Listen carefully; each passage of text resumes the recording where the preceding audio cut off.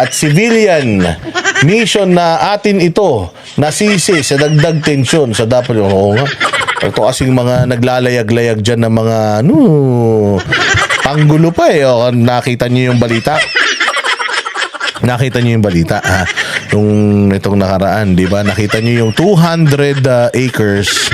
Yung 200 acres na na sukat noong na-reclaim ng Vietnam, putya 400 na ngayon in 6 months.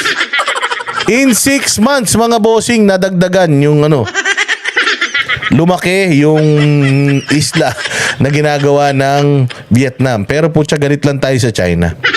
Pasok din sa EEZ natin yun mga bossing, inagaw ng Vietnam pero galit tayo sa China.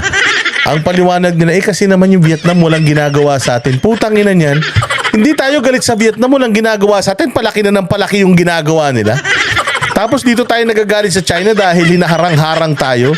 Yung hinaharang-harang sa atin niyan, wala yan naaagaw na natin, na EEZ. Itong Vietnam, ang laki na mantakin mo 200 acres in 6 months, naging 400. Dahil nalilibang daw tayo kakipagpatintero sa China, pati daw sila hindi na napulis ng China. Ayun, ang laki na nung kanila. Sa susunod, baka magulat kayo, China kayo ng China, yung Vietnam, baka ilang hakbang na lang, nandito na sa Pilipinas.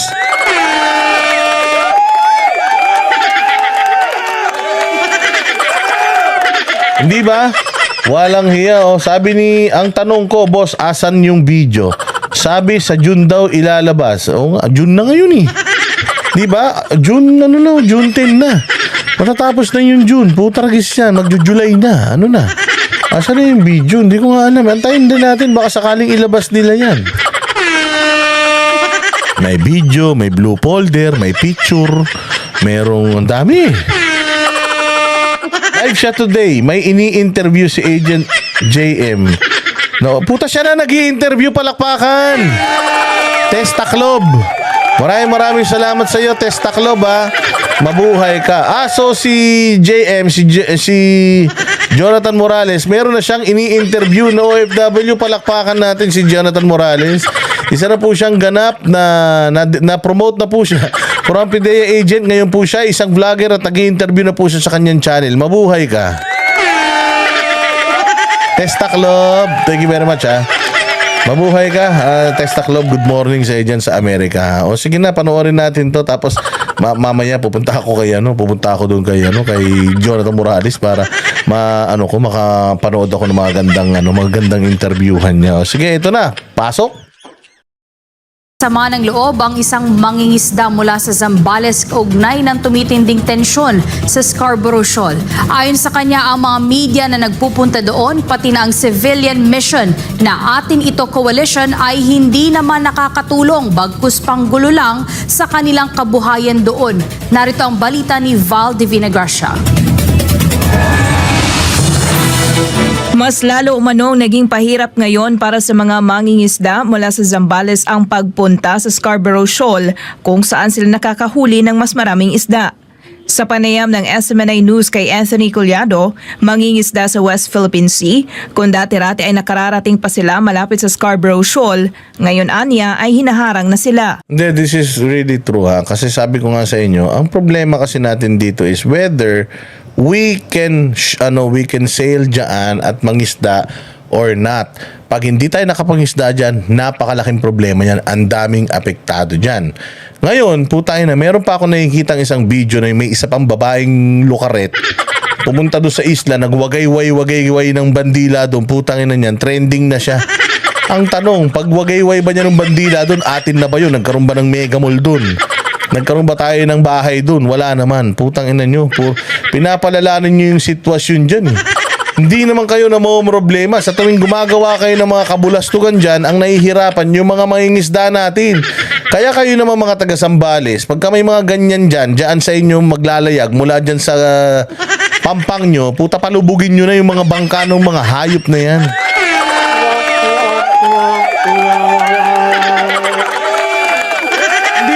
Diyos mio, mantakin mo. Yung ginawa ninyong atin ito pa rin naglagay kayo doon ng mga boya ng mga 5 piraso, 10 piraso.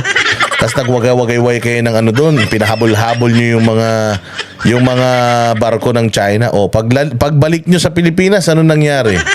O yan, lumalapit na sila doon sa BRP Sierra Madre. Nanghahablot na daw sila ng mga relief goods doon. O tapos talagang naging mas agresibo sila. Nagbigay pa sila ng babala na ang lahat ng maglalayag diyan kasi nagtalaga pa sila ng fishing ban. Pucha, saan ka naman? Lahat daw na maglalayag diyan, huhulihin daw nila. O kita mo, sinong apektado doon? Kayo bang mga naglayag diyan sa atin ito? Putang ina nyo. Hindi naman kayo ang dyan, hindi naman kayo ang apektado. O kita nyo yung mga mangingisda, nakakapaglayag pa dyan. Hindi na, noon kahit papano, kahit hinabol-habol sila, nakakahuli sila isda. Ngayon, hindi na sila makapaglayag dahil sa ginawa nyong kahayupan. Kasi nga naman, pag hinuli sila ng China, lalo na. Ano magagawa ng bansa natin pagka ikinulong sila ng China dahil nga may ibinaba silang memorandum na ganyan?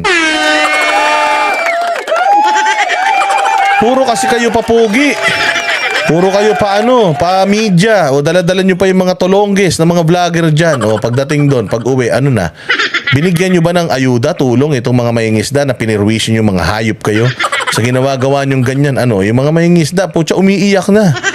Anong masagot ng bigyan kayo ayuda? Hindi namin kailangan ayuda. Kung tayo na kausapin nyo yung China ng maayos. Kasi nung panahon ni PRRD, kinausap naman niya ng maayos siya. Nakakapangisda naman kami dyan. Nagpapalitan pa nga kami ng Bibigyan nila kami ng yosi. Papalitan namin ng isda.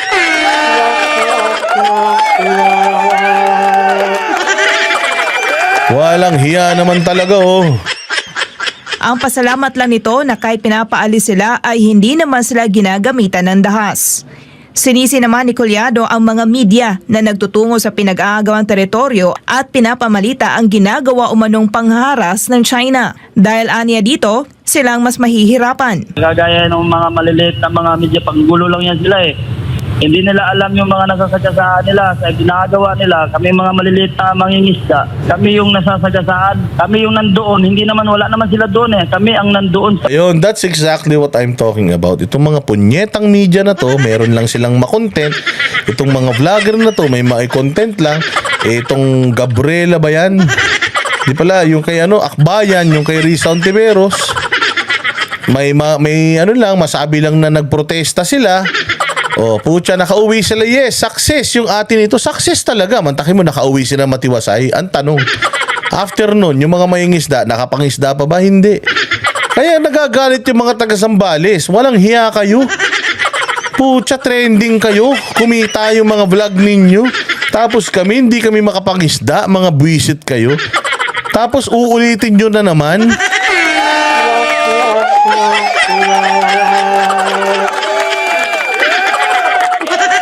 Putragis talaga itong mga to sa totoo lang. Salot ng mga media talaga natin Itong mga aktivista, mga sweetik. Sabi ko, buti sana kung ang nagprotesta dyan, mga mangingisda. Putang ina, nagprotesta, estudyante. Anong gagawin nyo sa South China si mga tarantado kayo?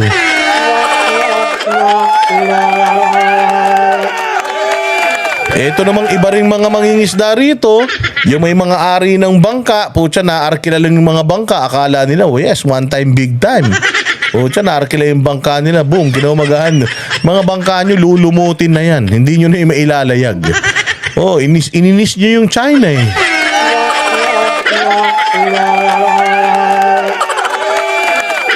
Makikipag-asaran tayo, hindi naman natin kaya. Tapos ang apektado, nasan yung mga nagpunta dyan? Andun, sa mga bahay nila, sa mga kondominium nila, kukuya-kuya-kuy. Ito sila kuya. Tangina yan. Naglayag na naman yung mga tarantado, hindi na naman tayo makapangisda. Dati daw, lang sila, tinataboy-taboy lang sila, okay lang. Kasi kahit tabuyin ka, nakakuha ka ng isda, okay na ngayon, as in, talagang di ka makapaglayag dahil huhulihin ka Anong sabi ng gobyerno? Sige lang. Hindi totoo yan. Mamangka kayo. Puta, pag nahuli sila, patay na. Yari ka. Anak ng pating talaga Wala na talaga. Kahit mapapamura ka talaga mahal na nung isda. Buti nila, pinadala na ako ni Mayor Basti ng isda. Ito, yung mga inuulam ko isda rito, mga pampano, mamahalin. Tsaka mga tuna belly, yung mga ano ko, yung mga tuna steak ko, tsaka yung mga bariles ko dyan. Buti na lang, binigyan ako ni Mayor Basti. Kung hindi, wala na, mahal-mahal ng isda, mga boss. Paloob ng kami ang nandoon sa Kalboro. Sila gumagawa sila dito noon. Yun ang ikasisira talaga ng talagang nagagalit ang China kaya hindi na tayo pinapapunta doon. Maging ang isinagawaan niya na civilian mission ng Atin Ito Coalition noong Mayo ay panggulo lang din. Na yung napabalita na 100 boats na pupunta doon. Hindi naman sila umabot doon. Panggulo lang sila. Kasi hindi sila mangingisda eh. Oo, tumutulong sila pero Diba? Hindi naman kayo mangingisda. Okay lang kung kaming mga mangingisda, yung naglayag dyan, nagprotesta. Hindi. Tanginan nyo, mga estudyante kayo, mga reporter kayo, vlogger kayo ng mga tanga. Tapos mga ewan ko, saan kayo nagtatrabaho, mga ulaga kayo. Tanginan nyo, naglayag-layag kayo ron. Wala naman silbi sa inyo Scarborough Shoal na yan. Puta, sa amin may silbi yan, may isda dyan. Kumukuha kami ng isda dyan kahit pahirapan. Pag umuwi kami, kahit paano, meron kaming pagkakitaan. Sa ginawa nyo, wala naman kayong alam dyan, mga hayop kayo. Atin ito kayo ng atin ito. Lupa, tubig naman yan. Gusto nyo angkinin yung lupa sa ilalim ng tubig, puta, hukayin nyo. Ang problema, ayan, tumutulong sila pero nakakasama sila sa aming maliliit na mga ingisda. Kasi gustuhin nyo mang angkinin niyang karagatan, putya yan, kahit kailan hindi yan magiging atin exclusively. Bakit? Ay na tubig yan. Anong gagawin natin? Pag water world yan, pwede na. Kung ikayo si Kevin Costner, titira kayo dyan sa gitna ng dagat, pwede yan. Pero walang hiya kayo, wala kayong mga silbi sa mga bahay nyo. Atin ito, di nga kayo makapaghugas ng mga pinggan sa mga bahay nyo, mga buwisit kayo. Wala naman kayong silbi sa mga nanay nyo, tapos gusto nyo pang angkinin niyang Scarborough na yan. nakakasama sila sa aming mga maliliit na mangingisda. Sinabi naman ni Collado na noong panahon ni dating Pangulong Rodrigo Duterte ay payapa silang nakakapalaot sa pinag-aagawang teritoryo. Ganito rin ang pahayag ng ilan pang mangingisda na dumalo sa isinagawang public consultation ng House Committee on National Defense and Security at ng Special Committee on the West Philippine Sea sa Masinloc, Zambales noong May 24 ngayong taon. Sa panahon naman nung nangyari na naging presidente si Rodrigo Duterte, kaya muli po kaming nakabalik. Pero sa panahon ngayon po, hindi po namin alam dahil yan sa sinasabing gentleman agreement.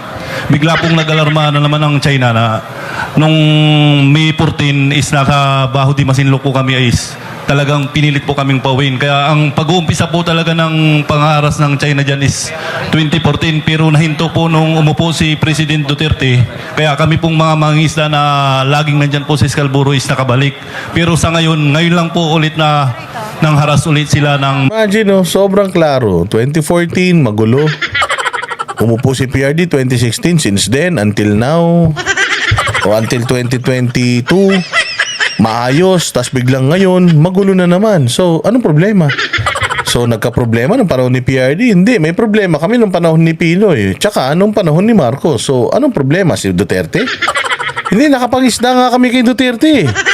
So, sino may problema? Si Duterte o yung administrasyon ngayon?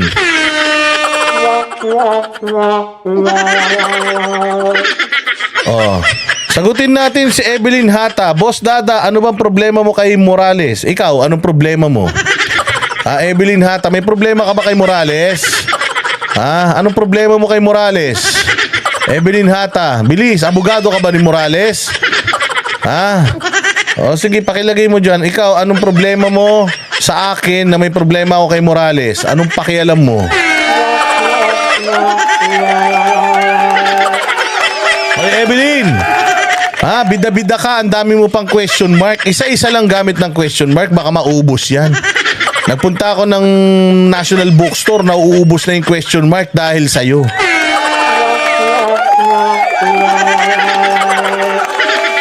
Ano ba problema mo kay Morales? Hindi ko alam. Ako, wala akong problema kay Morales. Ikaw may problema ka, ang dami-dami pang question mark. Isa-isa lang ang gamit niyan, tanga. Isang question mark lang pag nagtatanong ka. Wala pong question na madaming question mark o gag. Evelyn, nasan ka na? Kahit magsumbong ka kay Morales, baka pag umpugin ko pa kayong dalawa.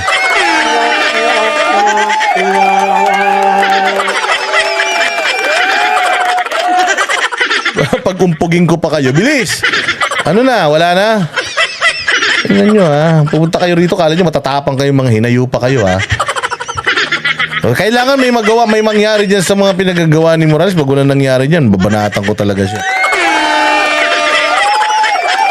Manood ka na doon, bilis. May ini-interview daw siyang OFW. Baka mag-OFW na yan. Oo. Puro kayo chismis kasi, chismakers.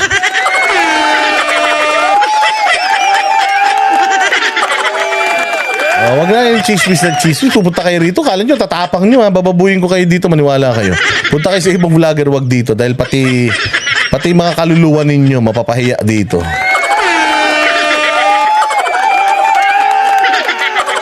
Puta yan na. Pinagawa nyo na ba ng ribulto yan? Ha? Kailan titigas yung ribultong pinagawa nyo dyan? Baka mamaya yung ribulto nyan. Kailangan mas malaki doon sa ribulto ng Mega Mall ha. Bayani na daw yan eh.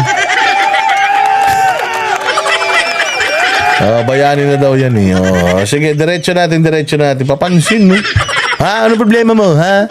Ang daming question mark. Tanga. Isa lang, pwede na yun, boba.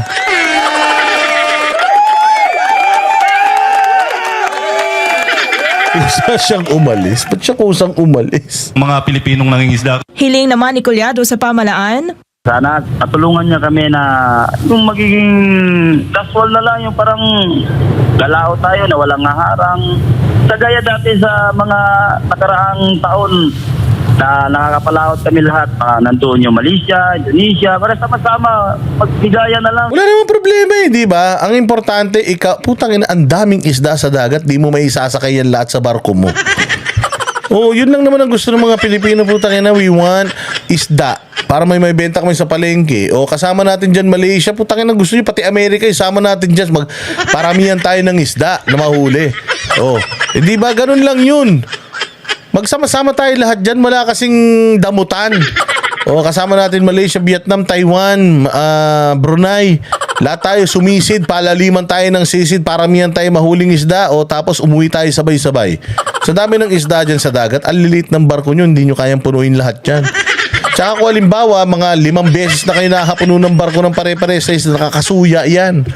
Kaya pabayaan ninyo mangisda kayo ng sama-sama dyan, di ba? Di pagalingan na lang kayo lumangoy.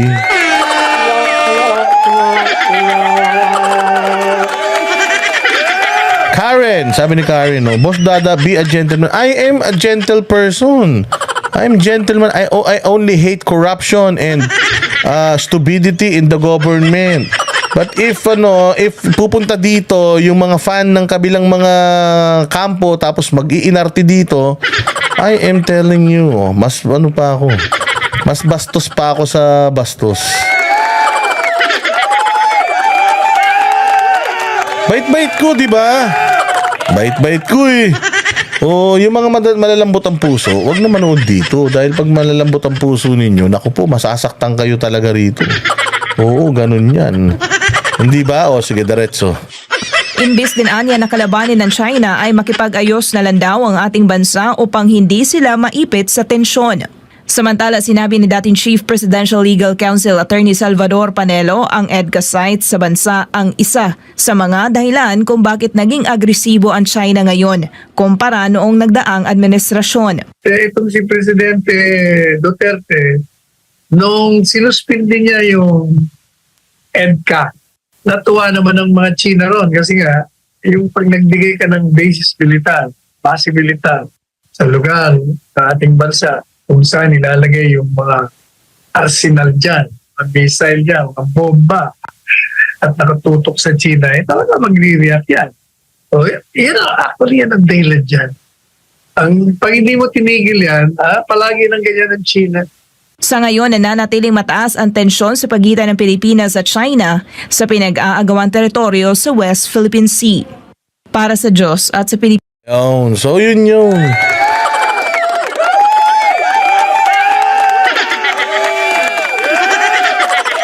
ganun talaga yun mga bossing. So, ang China, sa sobrang laki niyan, sobrang lakas niyan, katulad ng sinasabi ko sa inyo, even if hindi natin tangkilikin yung Chinese products, a fraction ng ekonomiya nila yung maapektuhan. Pero kung tayo ang tatablahin ng China pagdating sa, kung magsasara ng pintuan ng China sa atin pagdating sa ekonomiya, lubog talaga tayo mga bossing.